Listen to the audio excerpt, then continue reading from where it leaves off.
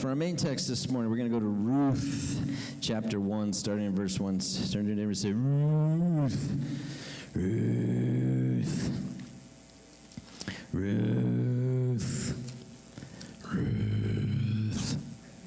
Ruth 1, starting in verse 1.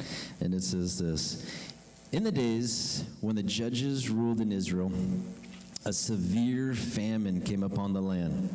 So a man from Bethlehem in Judah left his home, and he went in the country of Moab, taking his wife and his 2 sons with him. The man's name was Elimelech, and his wife was Naomi. Their 2 sons were Mahlon and Chilion. They were Ephraimites from Bethlehem in the land of Judah. And when they reached Moab, they settled there. But then Elimelech died, and Naomi was left with her 2 sons. The 2 sons married Moabite women. One married a woman named Orpah, and the other a woman named Ruth, but about 10 years later. Verse 5, but Mahlon and Chilion died, and this left Naomi alone without her 2 sons or her husband. Naomi heard in Moab that the Lord had blessed his people in Judah by giving them good crops again. So Naomi and her daughters-in-law got ready to leave Moab to return to the homeland. With her 2 daughter-in-laws, she set out from the place where she had been living. Then they took the road that would lead them back to Judah. But on the way back, Naomi said to her 2 daughters-in-law, "Go back to your mother's homes. May the Lord reward you for your kindness to your husbands and to me." Verse 9, "May the Lord bless you with security of another marriage." And then she kissed them goodbye, and they all broke down and wept. "No," they said, "we want to go with you to your people." And Naomi replied, "Why should you go on with me? Can I still give birth to other sons who could grow up to be your husbands? No, my daughters. Return to your parents' homes, for I'm too old to marry again. And even if it were possible, and if I were to get married tonight and bear sons, then what? Would you wait for them to grow up and refuse to marry someone else? No, of course not. My daughters, things are far more bitter for me than for you, because the Lord himself has raised his fist against me." And again they wept together, and Orpah kissed her mother-in-law goodbye. But Ruth clung tightly to Naomi. "Look," Naomi said to her, "your sister-in-law has gone back to her people and to her gods. You should do the same." Ruth replied, "Don't ask me to leave you and turn back, for wherever you go, I will go. Wherever you live, I will live. Your people will be my people, and your God will be my God." Verse 17, "Wherever you die, I will die, and there I will be buried. May the Lord punish me severely if I allow anything but death to separate us." When Naomi saw that Ruth was determined to go with her, she said nothing more. So the 2 of them continued on their journey. When they came to Bethlehem, the entire town was excited by their arrival. "Is it really Naomi?" the woman asked. "Is it really her?" Verse 20, "Don't call me Naomi," she responded. "Instead, call me Mara, for the Almighty has made my life very bitter for me. I went away full, but the Lord has brought me home empty. I went away full, but the Lord has brought me home empty. Why call me Naomi when the Lord has caused me to suffer and the Almighty has sent such tragedy upon me?" Naomi returned from Moab, accompanied by her daughter-in-law Ruth and the young Moabite woman. They arrived in Bethlehem in late spring at the beginning of the barley harvest. It says that in this time, the story of Naomi and Ruth was taking place, people did right in their own eyes. This was a period of time where, if you follow the Jewish history, the Israelites' history, they went from Canaan down to Egypt where they became slaves. They left Canaan. They got delivered from Egypt, and Pharaoh let my people go. Remember Moses and all those things, and they wandered the desert and all that time. They get into their land finally, and they didn't have a king. And as they didn't have a king, it says people did whatever they wanted to do. Judges 21:25. In those days, Israel had no king, and all the people did whatever seemed right in their own eyes. Just like for many people today, how many of us know people who don't have a faith in God? They don't believe in God. They don't believe in the Bible. And whoever we know who does not have a faith in God, for them it's the same thing. They do whatever they feel is right in their own eyes. Instead of trying to do what's right in God's eyes, they try to do what's right in their own eyes. And so here's the time, here's the period where Naomi and Ruth find themselves. These two wonderful people. And really, for this tragedy, it starts off with a bad thing, a famine. Turn to your neighbor and say, I hate famine. Famine is when there's no water. And how many of us know, if you're a farmer, water's kind of important, right? Water, rain for your crops so that what the crops can grow. And here's a family, a godly man whose name means my God, my King. He takes his wife, he takes his 2 sons, and he had to leave to a different land, a different country, because there was no water. There was no water, and so there was a famine that hits. They're a little low on food, low on toilet paper, right? Low on all those things. And so they leave Bethlehem, which Bethlehem means house of food, and they leave to Moab. This poor guy, man, whose name, my God, is King, gets there. As soon as he gets there, what happens? He passes away. So from one tragedy to the next, from famine then to death. Weird. This poor lady, Naomi, as she's there, she's navigating. She has her 2 sons. She finds them wives, because that's what good moms do, right? Find good, wonderful, rich wives for their boys, right? Just kidding. But she finds wives for her boys. But as soon as they get married, a few years down the road, guess what? Tragedy hits again, and then what happens? Her sons die. So this lady, Naomi, she finds herself.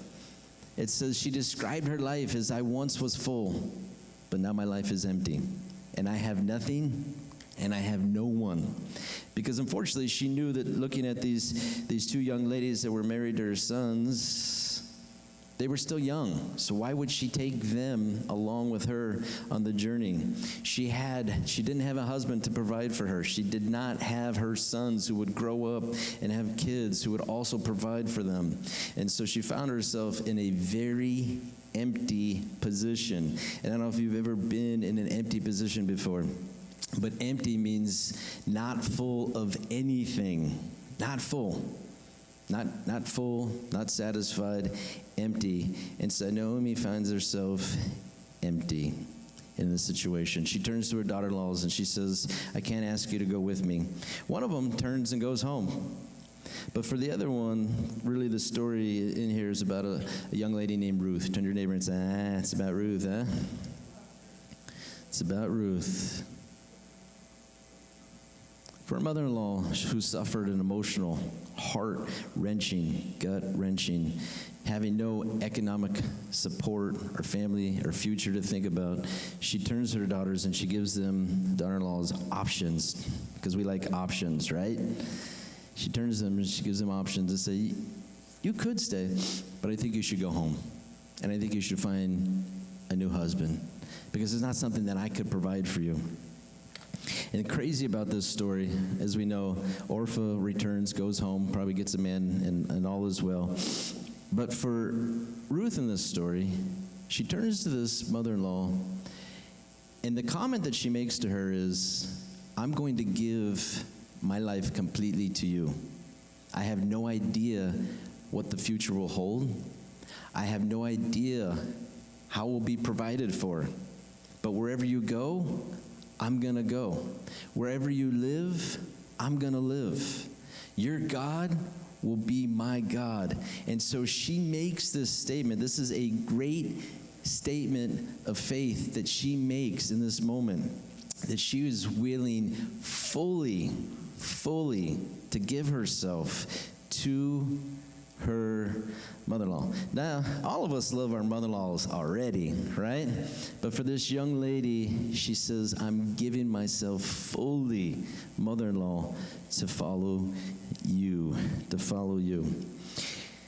As the 2 young ladies pull into Bethlehem, which is house of food, they showed up at the right time. Turn to your neighbor and say, it's the right time. The right time.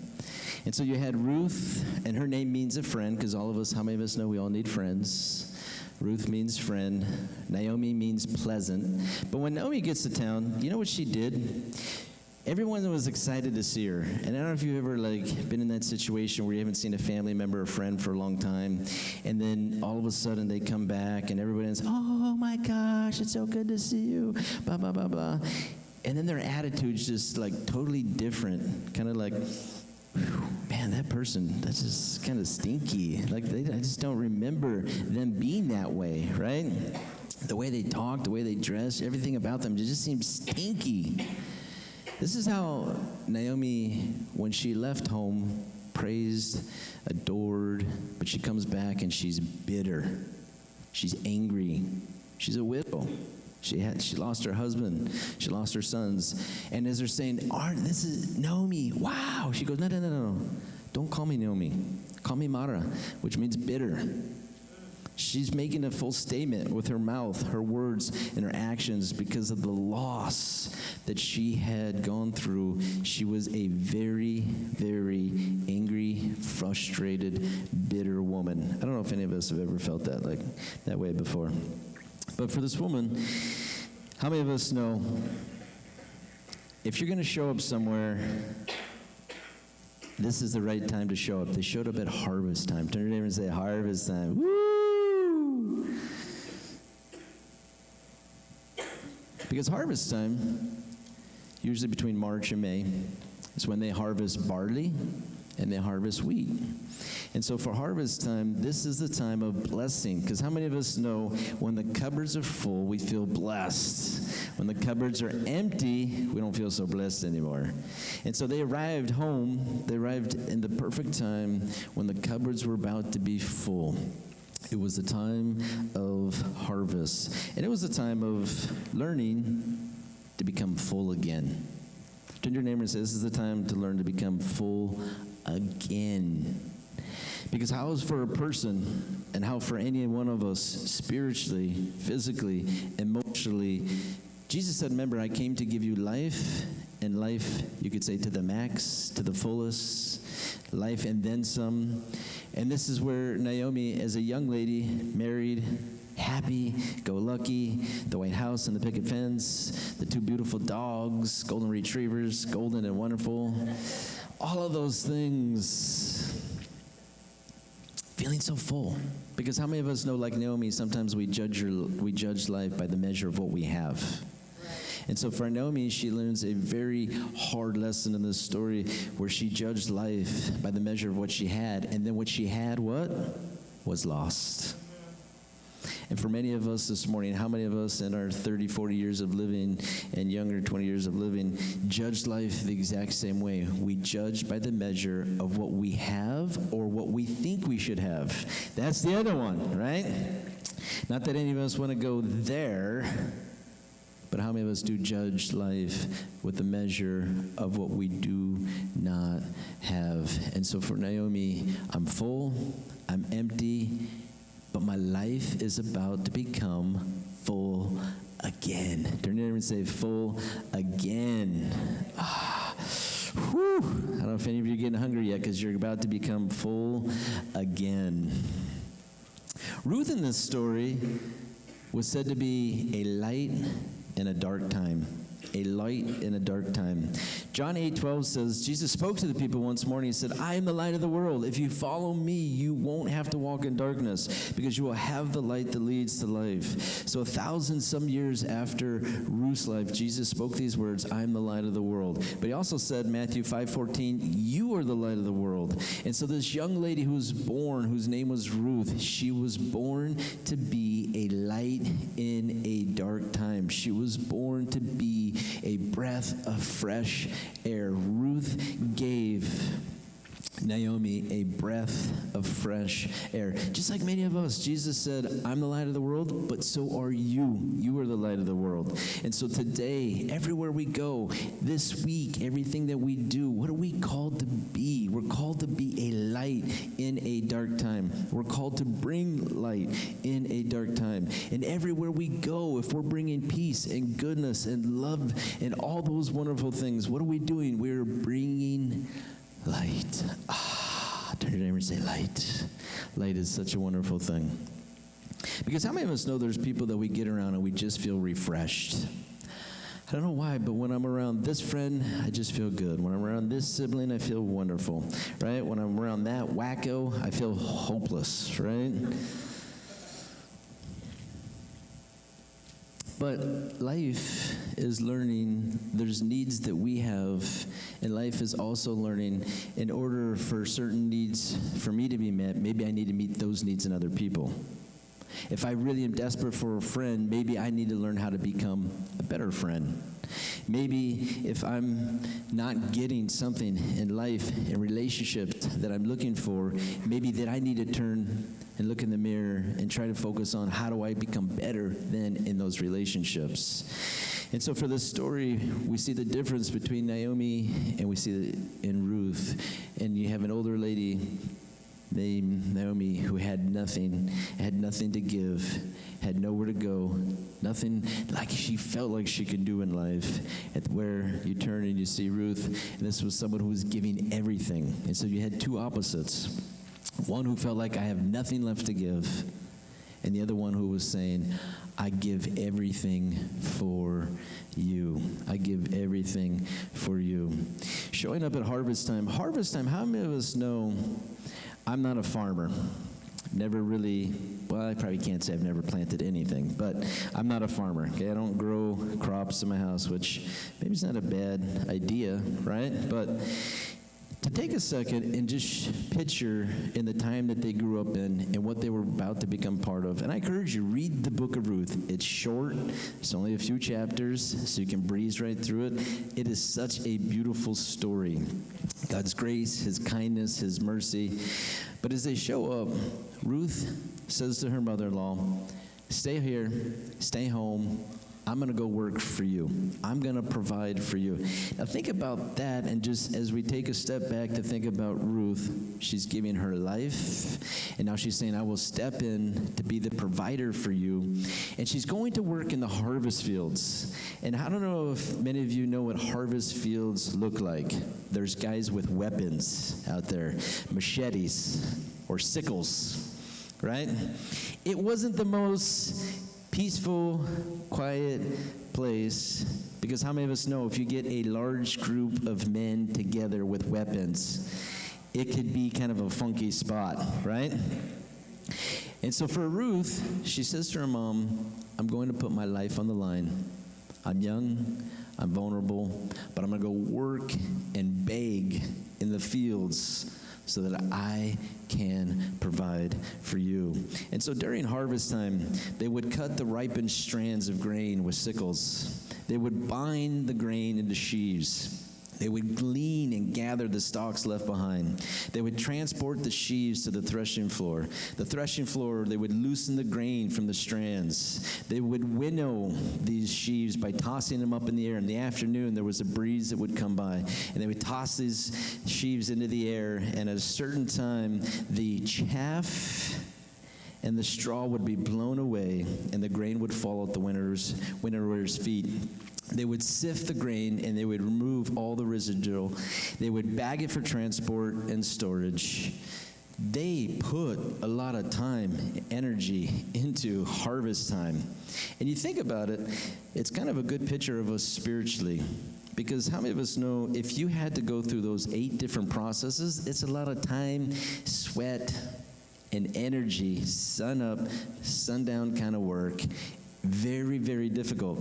But when you transported all the goods and you put them in your storage, at some moment, you take a breath and say, man, this feels pretty good. Look at all the food that we have, right?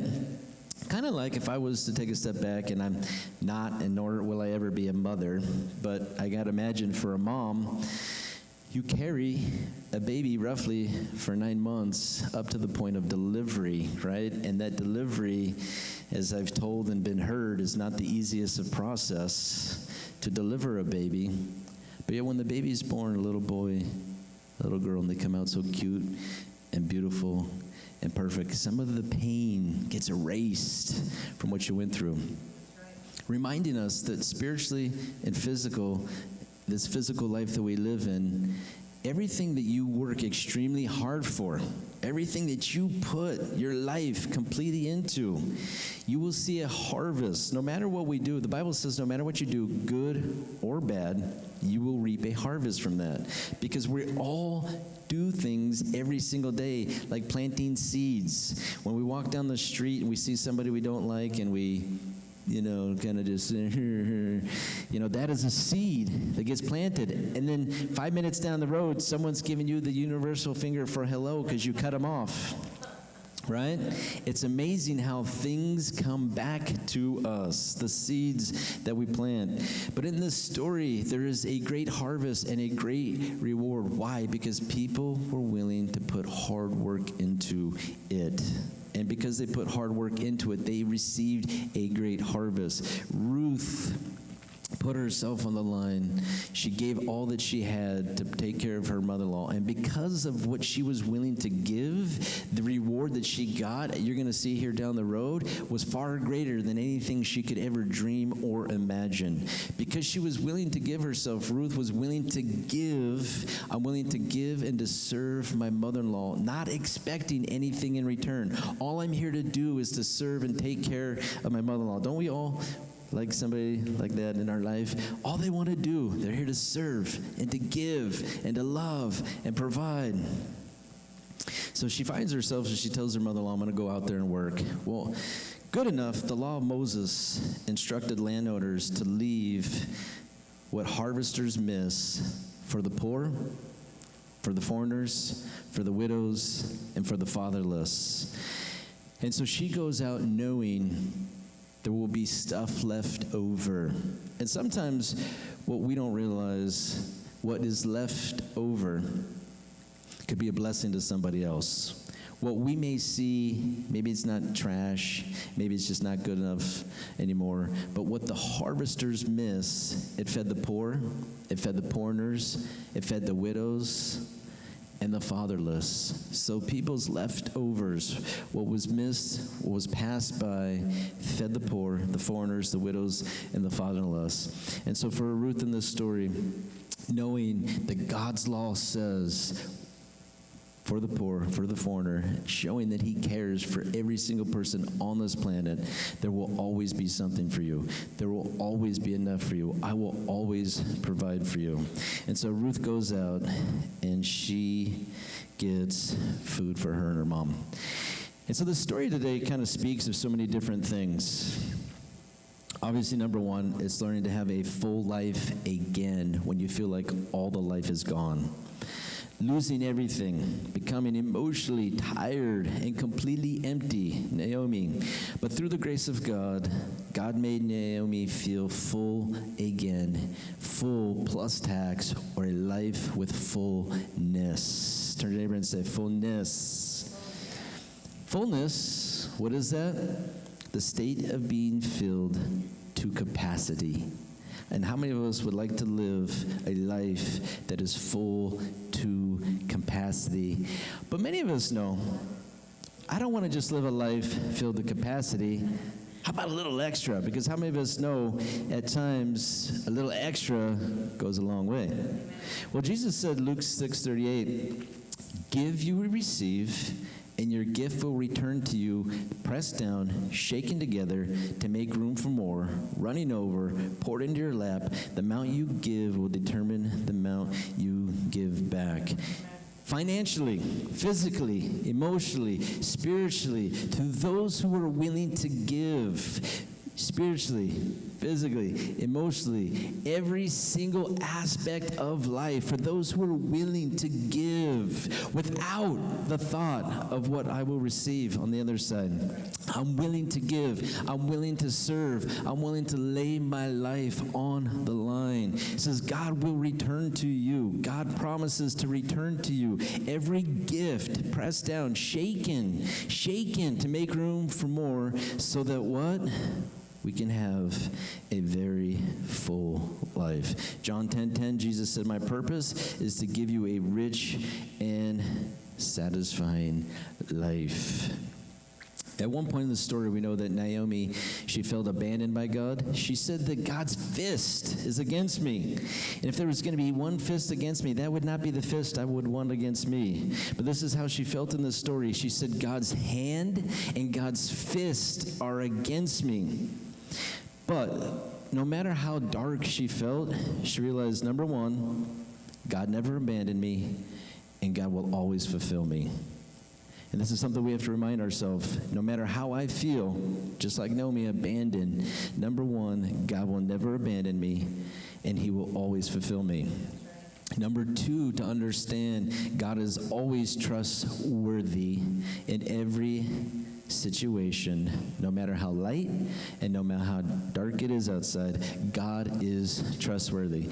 Number three, having faith in God means taking risks. We didn't really get to our wonderful man, Boaz. It's kind of like Ken and Barbie. We're going to Ruth and Boaz, because it's a beautiful love story, which I encourage you. Read it. Check it out. It's awesome and amazing. But number three, learning to have faith in God, and having faith in God means I need to learn to take risks. And so Ruth, this young lady, which we didn't get to, she steps out on the ledge. She steps out to make this introduction with Boaz. She steps out to say, hey, you want to get married? She was a little forthcoming in what she said. And Boaz says to her, as she made that step of faith, as she took that risk, because how many of us know if you're going to be really forthcoming, whether it's a guy or a girl, and you don't even know, how many of us wouldn't want to face that rejection if the other person didn't feel that same way, right? If you're like, you have to be the one. You're the one for me. I know it. But what if that one didn't feel the same way? Ruth steps out on a limb. She takes a risk of faith to say to this man, will you become my guy?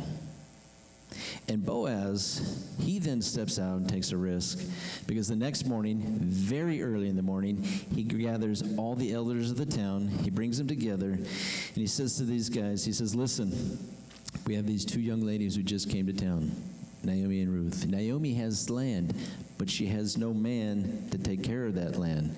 And so when you are in these types of situations, the nearest family member, your nearest neighbor, family member could buy that land and assume the right to take care of that family's land. And so Naomi, she found herself home, she had land, and they were looking for someone to take care of her and Ruth. And Boaz was not the nearest relative, family member, 3 cousins once removed, down the road. Okay, we're not in Arkansas, so it's down, down, down. And so for Boaz, he makes a statement, and he says, I'm willing to purchase the land and to assume the right to take care of these young ladies. But he says to this other guy, you are the nearest of relatives, and you have the right. And so he puts his life, he puts his family name on the line to care for these two. He took that step. So number 3, learning to take that step and put that faith in God, which means taking a risk at times. Number 4, the story speaks about learning to be faithful in the ordinary. And for these people in this story, it's such a beautiful story for Ruth and Boaz, who Ruth, she lost her husband. She follows her mother-in-law, had no idea what was going to happen. But you know what? She got a guy, right? Punch your neighbor and say, she got a guy. Yes.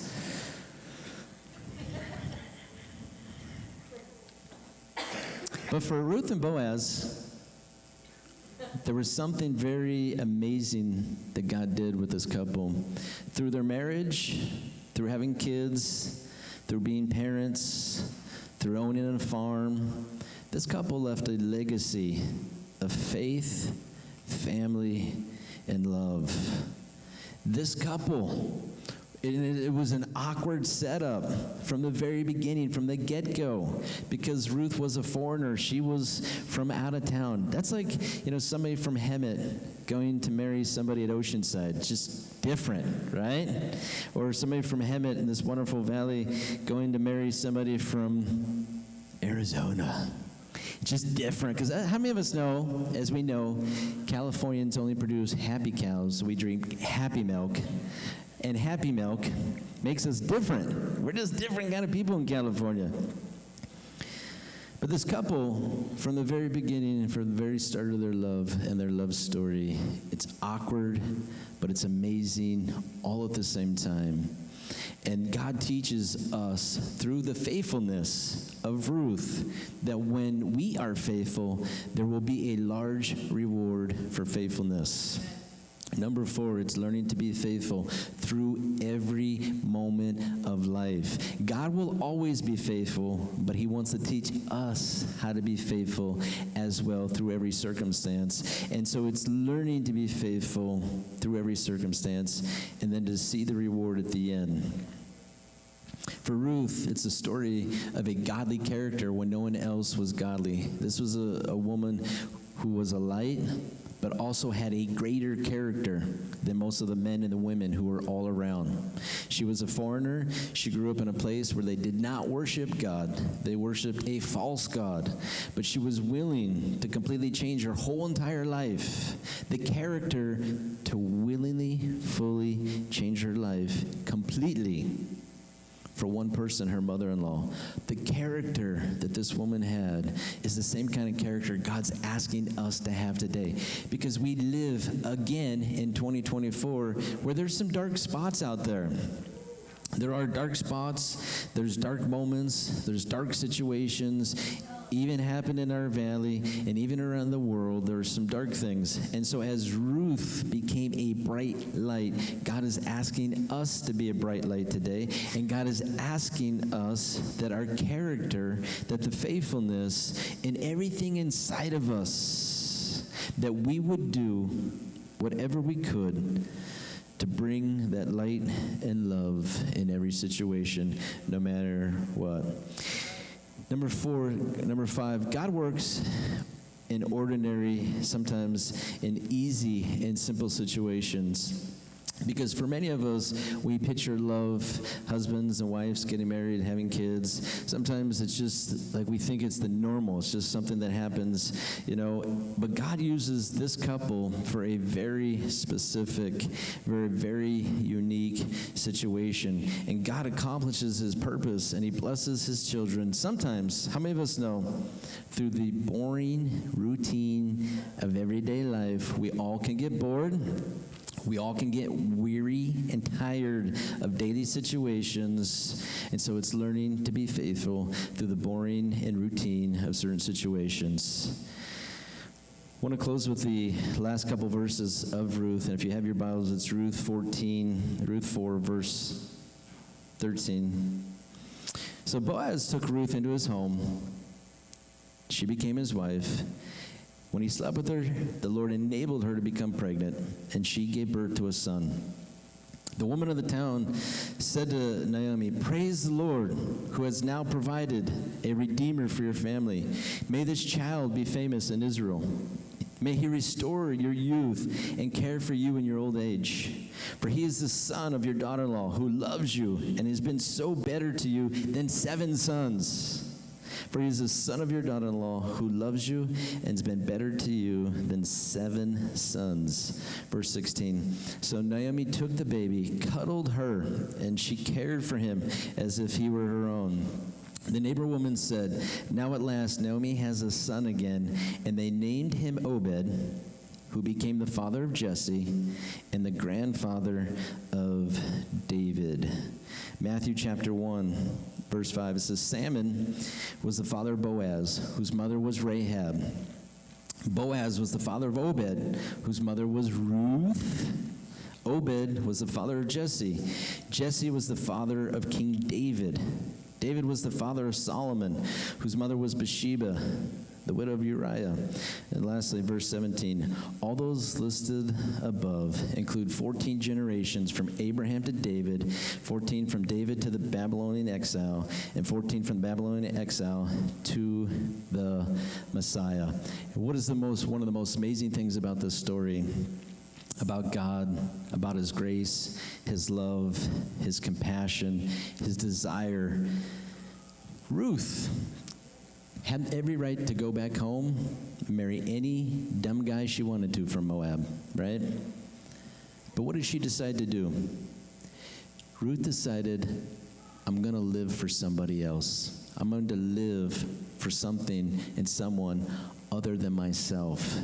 And in doing so, she becomes the grandma of King David, the grandmama of King David.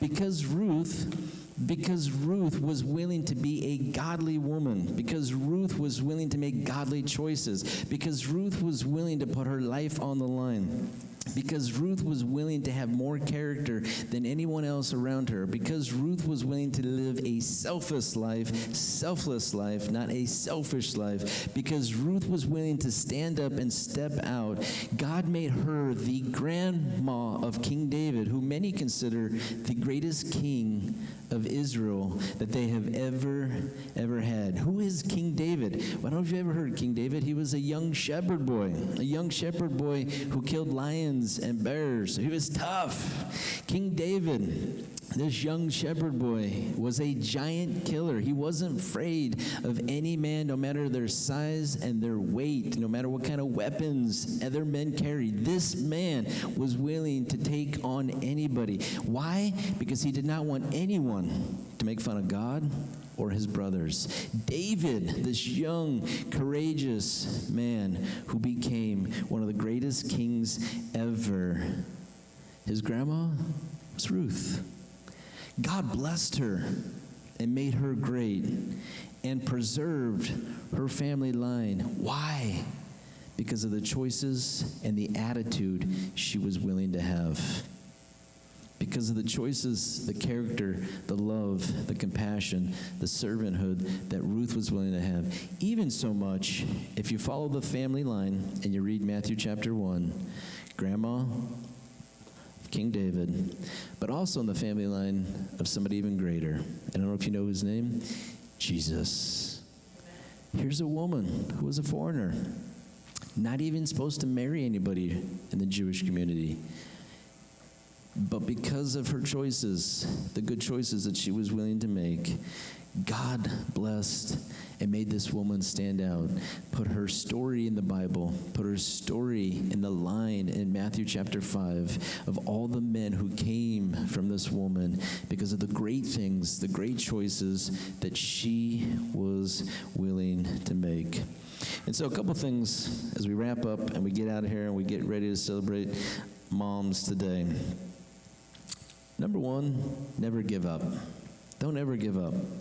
No matter where we are and no matter what we do, God needs us to never give up. Because at the right time, he promised in Galatians 6:9, at the right time, if you don't give up, you will see a harvest of blessing. 1 Corinthians 13:4, love is patient, kind. It's not jealous, boastful, proud, rude. It doesn't demand its own way. It's not irritable. It keeps no records of being wrong. It doesn't rejoice about injustice, but rejoices whenever the truth wins out. Love never gives up. Love never loses faith. It's always hopeful and endures through every circumstance. And that 1 Corinthians 13 definition of love, to me, reminds me of who Ruth was. It says that for her, the love that she had for her mother-in-law, and we have no idea why. If she just had good parents, and that probably had something to do with it, so she was taught and trained well, but it says that the love that she had for her mother-in-law, this kind of love, I don't know if you know Genesis chapter 1, it talks about, actually Genesis 2, but it talks about when God made a husband and a wife and the two become one, she had a love for her, and it wasn't any kind of perverted or gross love, but it was a love for her mother-in-law. There was, I'm going to hold you tight, and I'm going to hold you close. I'm going to do everything that I possibly can to give my life and to serve you. This kind of love, this kind of person who became a great mom, who became a great grandma, is the kind of love that God's asking us to have today. And if we choose to be that kind of person with character and love and grace and mercy, there is a great reward that follows. Let's pray.